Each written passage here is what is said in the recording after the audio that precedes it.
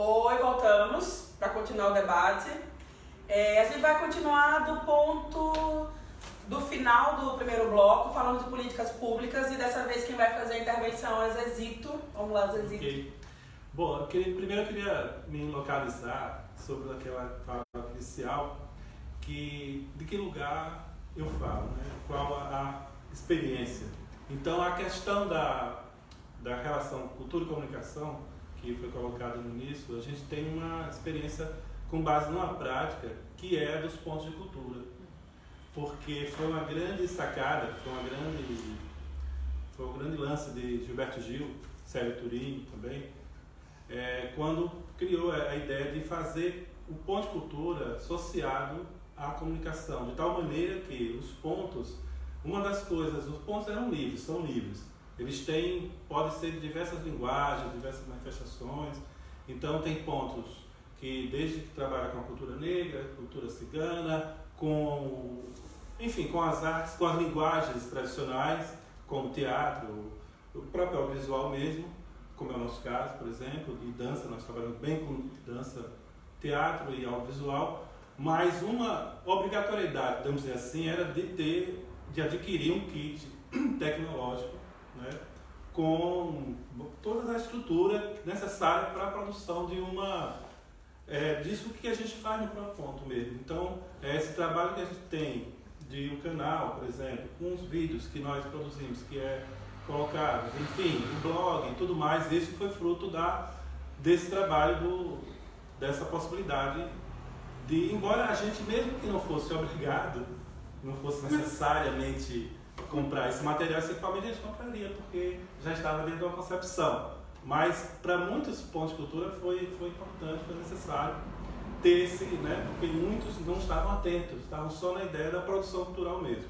Agora, a segunda pergunta que você fez tem a ver com a relação do Estado, né? Eu estou no limiar entre o produtor e o educador, na verdade eu faço as duas coisas. Sim. Então, falando como produtor, primeiro tem que ter claro o seguinte: em termos de cultura, a cultura sempre teve, do ponto de vista, como o Verano falou, do ponto de vista da cultura, a cultura coletiva, a cultura popular, ela tem essa marca de ser uma cultura solidária, né? Ser uma produção que parte das condições que as pessoas têm. Então as pessoas colocam seus recursos, não apenas financeiros e materiais, mas os recursos mesmo do tempo, né? O recurso da criatividade que se tem. Então, de fato, essa cultura ela caminhou muito sem um aporte, sem um recurso, sem um apoio, muitas vezes oficial. Ou caminhou com apoio oficial, mas da maneira como nós sabemos, com clientelismo, com paternalismo, com aquele jeito, né, que muitas vezes acabou fazendo com que essa cultura ficasse muito empobrecida, né, porque as relações políticas também impactam nas relações de produção mesmo, de criação e tudo mais, dessas manifestações e tudo mais. Agora, enquanto produtor, a gente tem três questões que seria legal levar para um debate, assim, para uma discussão. O próprio ponto de cultura traz isso. Uma questão da questão do financiamento mesmo, e aí das fontes de financiamento, e aí a gente pode ter até fontes que sejam, fontes a fundo perdido e fontes que sejam com retorno, porque tem algumas áreas como empréstimo, porque tem algumas áreas que têm condições de gerar receita, né? Que há a condição para isso. A outra é a questão técnica, capacitação técnica, que é muito importante para nós, mas uma capacitação técnica que compreenda que nós também não temos só um modelo de economia, um modelo do mercado.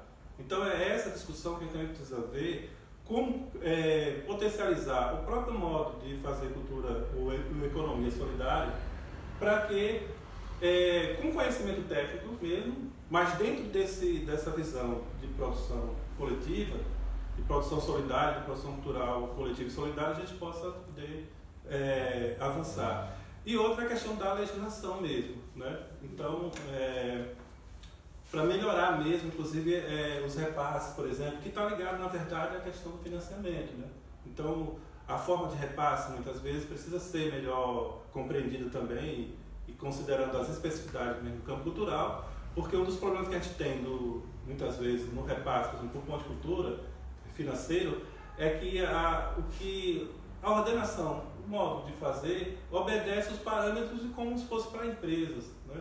Como para as empresas, para uma produtora grande, produtora cultural, que uma estrutura capitalista mesmo. Então, é nesse sentido.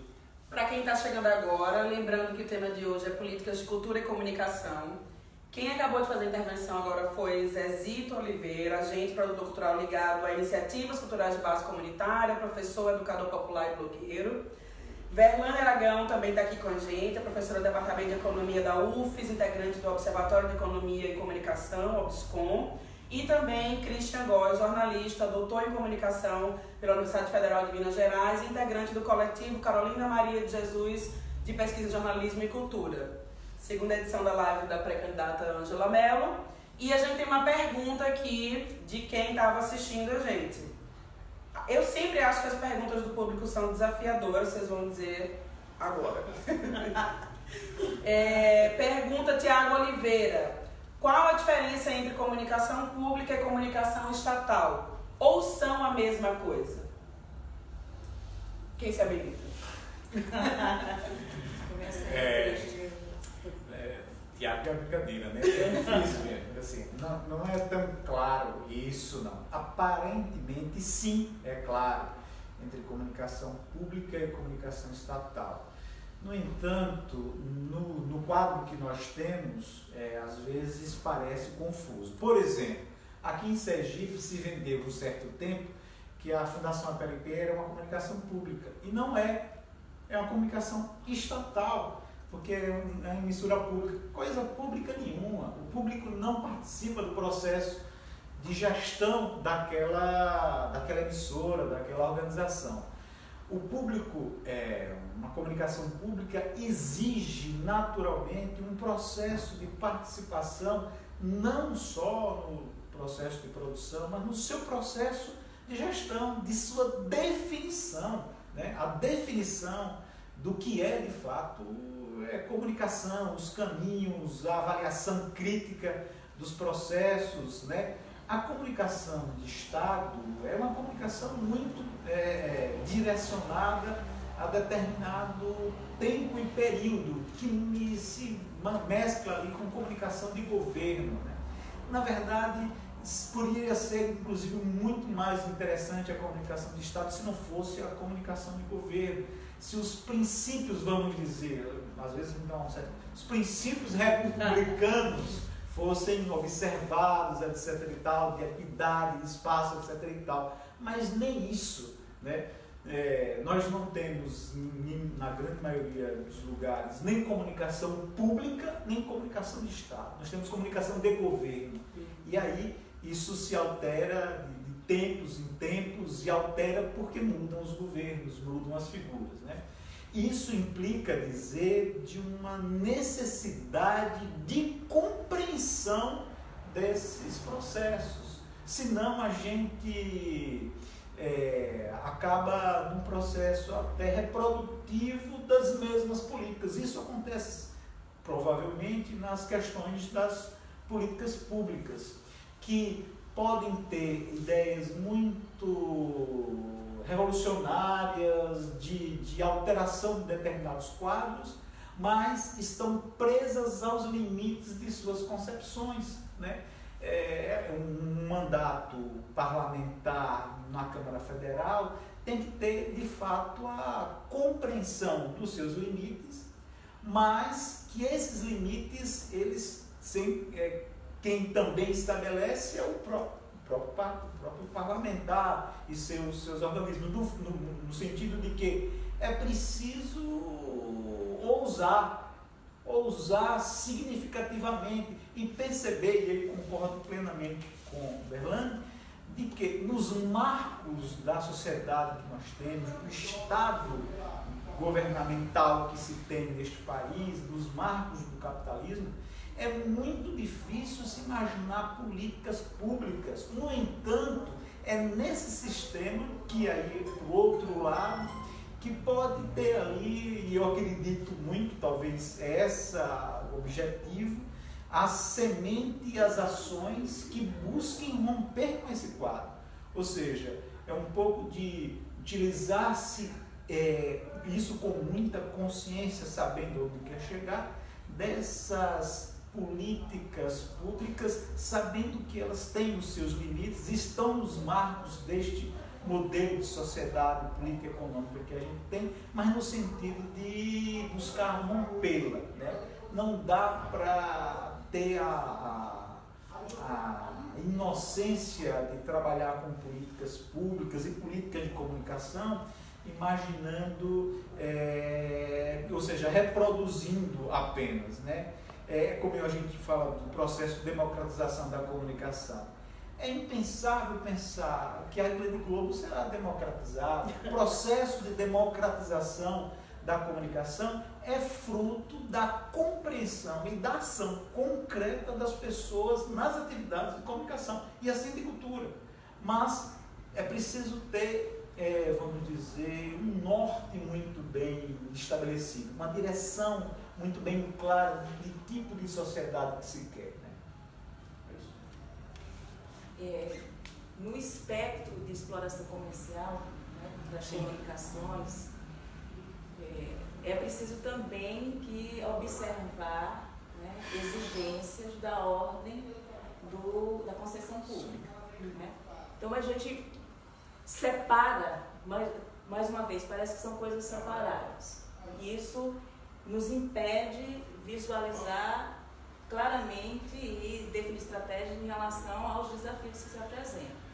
Então, eu acho que a primeira coisa que a gente deve observar, a concessão pública, ela também exige prerrogativas das operadoras. Então, não existe a comunicação pública, a comunicação estatal e o espectro comercial fica livre de qualquer exigência. Para isso, as instâncias regulatórias são essenciais. Aí eu diria, né, no Brasil isso funciona muito menos do que na Europa ou até mesmo nos Estados Unidos. Então tem o capitalismo muito ruim, tem um capitalismo não tão ruim assim. Onde a regulação ela tem um papel importante.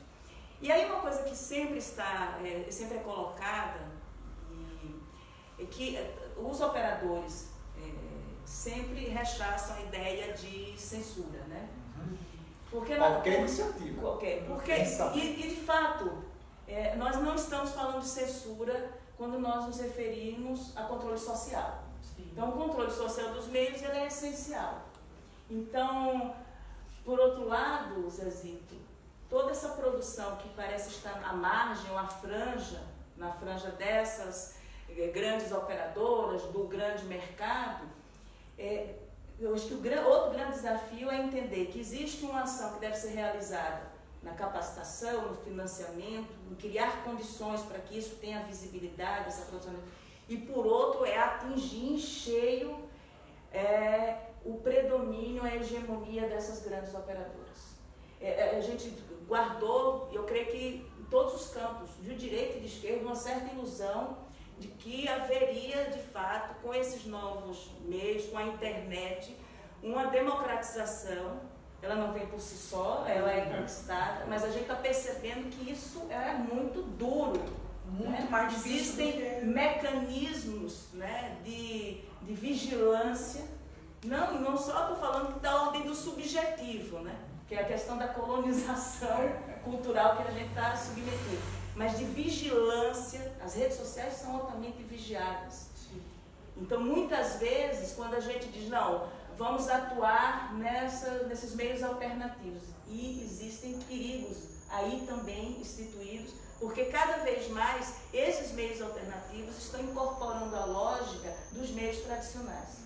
Então, são desafios que parecem separados e que vão exigir estratégias possivelmente em separado. Aí reporto novamente a questão das políticas, seriam instâncias separadas, mas é preciso pensar a todo tempo que a luta está nas duas frentes, né? Porque a democratização dos meios passa no questionamento da estrutura dos meios. E o controle social implica novos canais de participação, que também é uma afronta a essa estrutura que tem aí e que sustenta esse processo que tem, e aí algo que quando me chamaram para participar e poder de alguma forma contribuir aqui, eu fiquei pensando muito na forma como as pautas são hoje instituídas. Nós estamos no período pré-eleitoral, tem temas, comunicação e cultura não são temas para o período eleitoral. Nunca foram, sempre foram tratados de menor importância, e quando se comparado comunicação e cultura sempre teve menor importância que todo o resto. Então a questão da segurança pública que hoje coloca, né, está na pauta. Quem é que impõe essa pauta? Aí é o papel da mediação, os grandes meios. E como é que isso tem sido trabalhado nos grandes meios? Uma lógica terrorista. A despeito de um discurso que vai contra o candidato fascista do momento, não há nada que de fato contraria essa lógica que faz esse mesmo candidato existir. Porque as grandes questões não são postas. Né? Então, hoje, a gente está no período pré-eleitoral, fala-se muito em fake news, é um tema que tem sido, inclusive, apropriado por esses meios.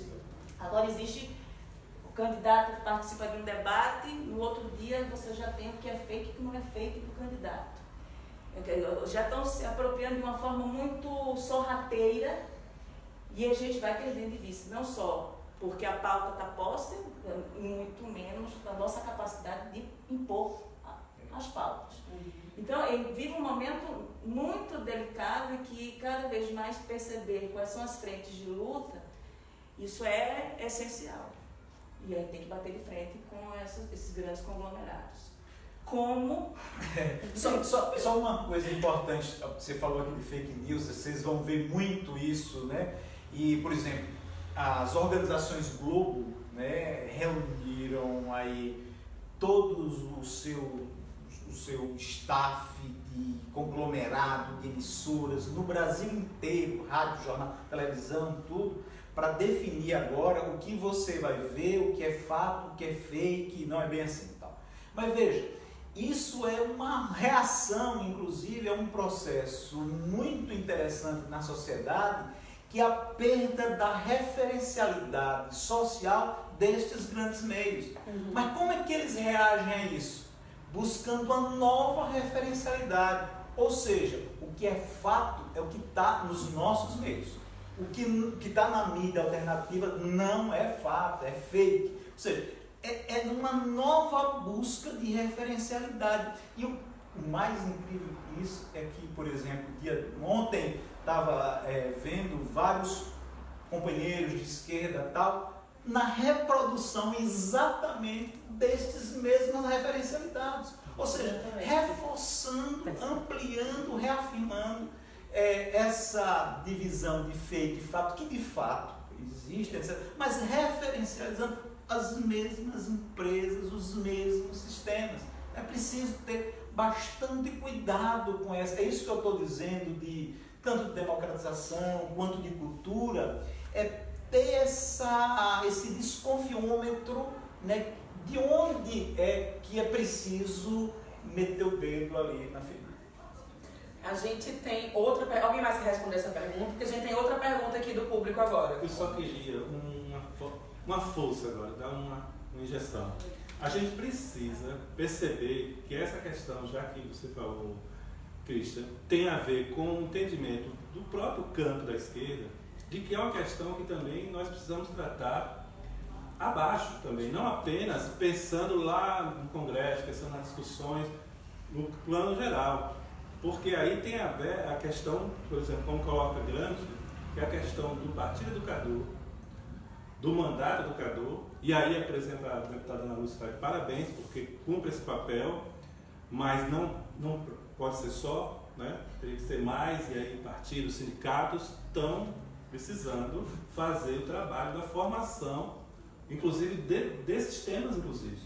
Então, e aí vocês também estão fazendo pelo coletivo Carolina de Jesus, enfim, mas é tarefa urgente, porque não é só quem tem pouco acesso, digamos assim, em termos de conhecimento, de formação escolar, que está, digamos assim, né, está passando batido aí. Tá legal? E aí, nesse ponto, quando se coloca aqui que cultura e comunicação não são pautas nem pré-eleitorais nem eleitorais, é porque comunicação e cultura têm um papel, né? Que é o papel da contra-hegemonia para nós. Bom, se os grandes meios de comunicação discutem e defendem sua pauta, como nós vamos discutir e defender a nossa pauta? Como discutir numa concepção democrática qual é a pauta que serve para a criança, para o adolescente, né, para a mulher, para o negro da periferia, para a mulher negra da periferia? Então, no período tanto pré-eleitoral como eleitoral, cultura, né, e comunicação, eles não são prioridades.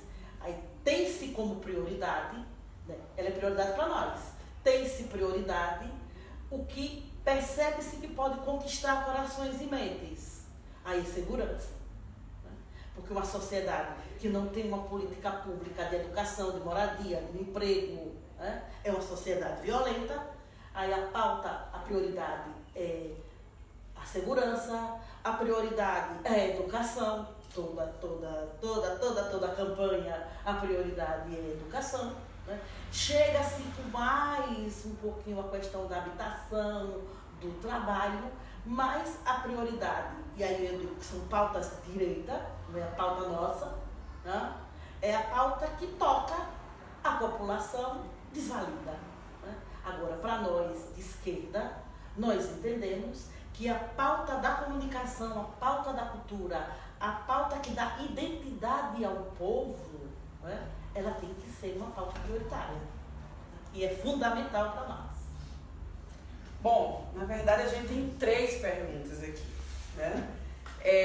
Antes eu queria lembrar a vocês que a campanha de financiamento da pré-candidatura da deputada federal Ângela Mello já está aberta, está no site doaçãolegal.com.br/pt/Ângela Mello, tá? Sintam-se à vontade para contribuir. E a gente tem uma pergunta do Luiz Mário Marinho. Vou ler as 3 e a gente vai decidindo aqui o que a gente vai fazer, tá? Ele pergunta o seguinte: qual o papel da comunicação no cenário que passa o Brasil hoje e como a comunicação pode contribuir para a resistência da classe trabalhadora? Essa é a pergunta do Luiz Mário. Tem 2 perguntas aqui do Helder Muniz. Obrigada, Luiz Mário Marinho. Obrigada, Helder. As perguntas do Helder são: o que os convidados acham da regulação dos meios de comunicação, considerando a realidade de oligopólio e concentração nas mãos de poucas famílias? Eu entendo que a gente acabou respondendo já isso por aqui, mas se quiserem complementar, fiquem à vontade. E a segunda pergunta do Helder: como fortalecer a cultura popular através da comunicação em contraposição à disseminação da cultura de massa pela grande mídia? Deu para pegar? Repito essa.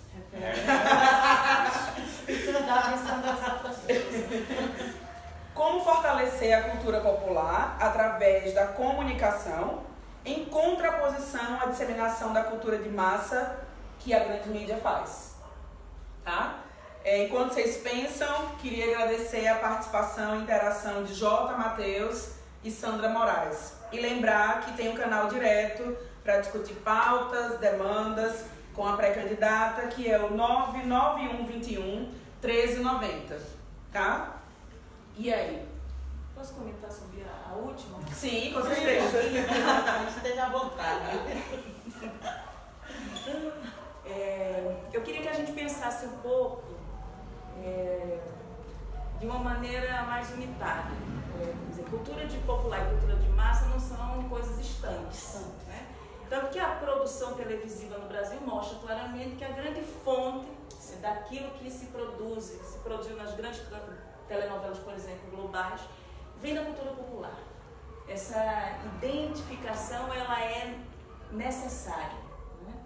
Então, a cultura popular, as culturas populares, elas estão em disputa, né?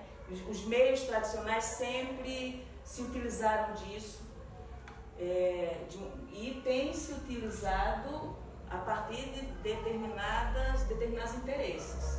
Hoje, a TV aberta, que é essa que a população, boa parte da população tem acesso, você tem a cultura popular de viés evangélico, a cultura popular no seu sentido mais amplo, se a gente quiser colocar muitas vezes aquilo que toca o Nordeste ou aquilo que toca uma determinada comunidade no Rio de Janeiro. Isso faz parte de estratégia das principais redes de televisão. E o conteúdo que ali é produzido e veiculado guarda necessariamente essa linha de identidade. E aí, isso um pouco toca em uma outra questão, né? De fato, eu falei, existe a comunicação, os meios alternativos, existem os meios tradicionais, que seriam duas frentes de luta, de desafio. O fato é que é necessário sempre se apropriar desses instrumentos, desses meios. É preciso criar condições, e aí aqueles que estão legislando ou aqueles que chegam na gestão pública, de buscar formas que esses meios cheguem. E os partidos, os diversos coletivos, devem buscar formas também de ter seu veículo que permita esse contato direto com o seu público direto ou com o público mais amplo, né? O próprio Partido dos Trabalhadores tem uma experiência muito exitosa em relação à TV. Isso tem permitido, inclusive, que muitas das questões relativas ao mundo político mais recente a gente só acesse, né, por ali. Então, nesse sentido, é preciso cada vez mais buscar formas e essa questão da identidade é uma construção muito longa, porque a partir do momento que essa cultura popular ela surge na forma da indústria cultural, ela parece não mais pertencer àquela comunidade. Isso é de uma violência simbólica muito grande, né? Quer dizer, você precisa estabelecer identidade, mas ao mesmo tempo você impõe um estranhamento. E é claro que é importante que as críticas aos conteúdos televisivos apareçam, mas tem que entender que tipo de lógica está ali por trás. Então, eu vejo assim que às vezes a gente precisa um pouco que compreender melhor como é que funciona de fato essas estruturas, porque é a forma, inclusive, de buscar trazer esse tipo de instrumento, de mecanismo para a luta, que é uma luta cotidiana, que é uma luta por questões até imediatas e que devem ser travadas nos nossos locais, nos nossos grupos de solidariedade mais próximos. Então, isso é essencial, isso é preciso fazer. Agora, a gente precisa. A cultura popular não existe aí autônoma e de repente ela vai chegar a uma determinada condição. A cultura popular ela é atravessada por uma realidade histórica de um século, que é a indústria cultural. E isso é um desafio. Como trabalhar esse conteúdo, não só você ter os meios para veiculá-los, mas também ter a capacidade de criar essa identidade. Porque a nossa própria identidade, ela, em algum momento, ela é retirada. E ela é em disputa. E em disputa. Por isso que os movimentos, os negros, das mulheres negras, dos LGBTs, tudo, esses movimentos são essenciais. Porque essa disputa ela é travada nesse jogo, disputa da identidade. Da identidade cultural de um povo, que é como você fala, a grande mídia, ela se apropria, porque ela, quando tem interesse, quando você fala das novelas, né, que permeia da cultura popular, né, é porque tem um significado a cultura popular na sua produção, mas ela tem também um significado de apropriação dos grandes meios de comunicação. Por isso ela é em disputa, né? Eu acho que nós que vivemos, que convivemos, os movimentos sociais têm um papel importante nessa lógica da disputa, de disputar para nós a identidade, né? Para que do outro lado a nossa identidade ela não fique uma identidade corroída, né? Ou trabalhada da forma que os grandes meios de comunicação querem. Tá? Tem uma coisa que às vezes eu queria depois assim, às vezes eu fico com a impressão que a gente trata cultura de massa, cultura popular, cultura dominante, vamos dizer assim, indústria cultural, etc. e tal, às vezes de forma muito distante, muito, né, muito ali e tal. Nós fazemos cultura popular, aquilo ali é cultura dominante, é indústria cultural, etc. e tal. E talvez seja interessante perceber essa capilaridade, especialmente da chamada cultura dominante das indústrias culturais, e os meios de comunicação estão exatamente aí nesse nicho, onde essa cultura dominante ela se espraia profundamente aonde a gente mais talvez não imagine, né? Ela se espraia, mas se espraia não é para dar voz, né? Às vezes a gente diz, fui levado lá na televisão, tá? Olha, nada, ali é para controle social, é controle, é manipulação, é controle para saber até onde vai, é para poder direcionar culturalmente, para que talvez aquelas manifestações mais legítimas, mais ali naquele espaço, não possibilitem pensar numa ruptura, por exemplo, de sociedade.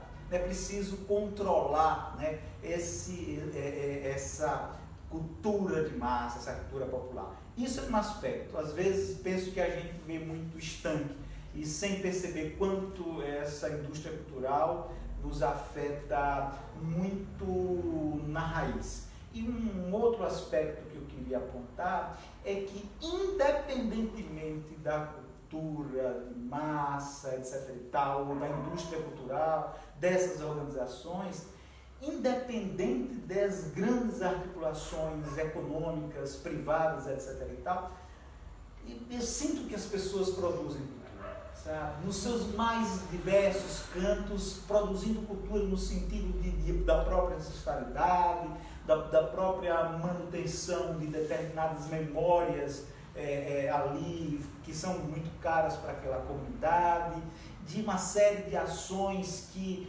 objetivam a existência de determinadas comunidades, etc. e tal. E às vezes, talvez, os parlamentos, os partidos, as associações não têm uma boa relação com essas manifestações. Muitas vezes acabam no processo de reprodução das lógicas das políticas culturais de Estado, de governo. Veja, o que não deixa de ser um neocontrole, da mesma forma que a indústria cultural compreendeu. Ou seja, se cultura é um processo que ajuda na consciência, e no processo, e consciência implica libertar das amarras dos enquadramentos sociais, não dá para apostar em determinadas posturas, empreendimentos que não observem essas fronteiras, ou seja, que não há fronteiras para isso, não é que é preciso avançar nesse desafio. Sim, Cristian, muitas vezes, quando os intelectuais, mesmo intelectuais, Sim. com boa fé, com boa intenção, se apropria de uma ideia de uma cultura popular estagnada, né, estática, ele, de certa forma, contribui com isso que você está falando, com essa ideia de controle. Então, eu, por exemplo, tenho uma formação, eu vejo, por exemplo, a ideia da antropofagia e do tropicalismo, por exemplo, que é essa ideia do caldeirão de culturas, da mistura, né? Claro que também tem importância você ter um momento separado, porque o que só junta mais, só se une melhor quem também tem consciência, quem tem uma identidade. Então não é o tempo todo fazendo mistura. Mas essa ideia também de a gente saber valorizar, saber reconhecer e, entre aspas, e também criar oportunidades para que haja um encontro, haja a troca. Então, eu acho que fortalecer a cultura popular e fortalecer de uma perspectiva, como a cultura de massa, por exemplo, faz, o Hermano falou muito bem, se incorporar elementos dessa cultura, mas não para ser reprodutor, às vezes, não só para fazer aquilo só, né? Mas para criar, recriar, ressignificar. E aí é o papel da educação, Ângela, que poderia fazer melhor. Né? E aí a gente falar em cultura também é falar também educação, como a gente está falando, com a comunicação, e é, inclusive, fazer o que, por exemplo, quando a gente fala em antropofagia e tropicalismo, eu posso dar um exemplo mais recente do Brasil, por exemplo, a questão do Pernambuco. Eu tenho dito o seguinte, olha, o Pernambuco, a grande força que tem a ciranda, o coco e o maracatu se deu à mistura, exatamente esse movimento que o Mangue Beat fez lá, de juntar com expressões da cultura, digamos, internacional, da cultura de massa, e fez com que, como você vai misturar algo que quem vai fazer essa mistura não vai conhecer, tem que conhecer aquilo que é singular, aquilo que é próprio. Então você fortaleceu muito o movimento dessa cultura, digamos assim, mais tradicional, por causa exatamente do que o Mangue Beat fez. Claro que a Arena Situação fez críticas, mas eu particularmente acho que o coco, a ciranda e o maracatu é forte no Recife graças a quando o Chico Sainz fez, né? Misturou e outros também. Então eu acho que é isso. E na escola, a gente vai para a escola, tem que ir para a escola. E eu acho que o valor que tem da cultura, das culturas, das expressões das culturas tradicionais, culturas populares, é quando, ao invés de você ver na TV, muito bem, por exemplo, como se faz até, você também fazer. Então a gente fez uma experiência no Ponto de Cultura, que é do garoto e das garotas, no caso do audiovisual, por exemplo, e entrevistar o mestre, gravar, claro, com orientação de um técnico, né, do oficineiro, a minha parte, a parte pedagógica, acompanhando, e aí ele não apenas ia ver, assistir o que foi produzido, muito bem produzido, mas que às vezes ele não se envolveu, ele não sentiu, ele não viu, ele não foi lá no local onde o mestre da cultura popular mora. Então eu acho que isso é muito significativo. Então acho que é isso. A gente tem que saber fazer os jeitos, né? Porque na verdade não tem muito segredo às vezes. Às vezes as coisas não é tão complexa quanto a gente pensa que é. Mas Zezito, já que Zezito falou em Pernambuco, eu quero mandar aqui um abraço e minha solidariedade para Marília Reis. Nós estamos contigo, Marília. Tá? E quando você fala de escola, né, e com a percepção que você tem da escola, né, você não acha que a escola engessa um pouco? Isso pode ser uma conversa. É outro tema. Mas, olha, se a escola não se reinventar, se nós como professores, olha, a gente vai ter muito mais porque trabalho. Porque tem um espaço no caldeirão cultural, né? Tá tendo, né? Vamos, não, guarda. Claro. Eu falei que a gente tinha aqui pessoas com muito conteúdo, com um tema muito bacana que não dava para 5 horas de debate. Né? Mas, enfim, a gente vai ficar por aqui. Eu queria agradecer a interação do professor e comunicador popular Messias, que é de Porto da Folha, tá? Comentou, tá acompanhando aqui com a gente. Marcelo Porto Brandão também, que comentou, disse aqui que esse debate é imprescindível na perspectiva de superarmos a manipulação da opinião pública. Já entrou aí na baia do debate completamente. Obrigada, Marcelo. Queria agradecer a Zezito Oliveira, a Verlane, a Christian Góes. Queria lembrar vocês da vaquinha, do financiamento da campanha, tá? A gente tem o site aqui, doaçãolegal.com.br/pt/Angela Mello. Lembrar também o seguinte, para quem quer fazer perguntas, quem quer colocar demandas para pré-candidata, vai lá no número do nosso WhatsApp e tem que dar um oi, tá? Tem que dar, oi, tô aqui, me adiciona aí na lista pra poder, achei o número, pra poder conversar, tá? Então o número é 99121-1390, tá? Obrigada, quarta-feira que vem, à noite, a gente tá aqui de novo com um novo tema, com mais pessoas especiais aqui pra conversar, pesquisadores, intelectuais, trabalhadores da cultura, enfim. Obrigada a vocês. Obrigado. Boa noite. Obrigada também.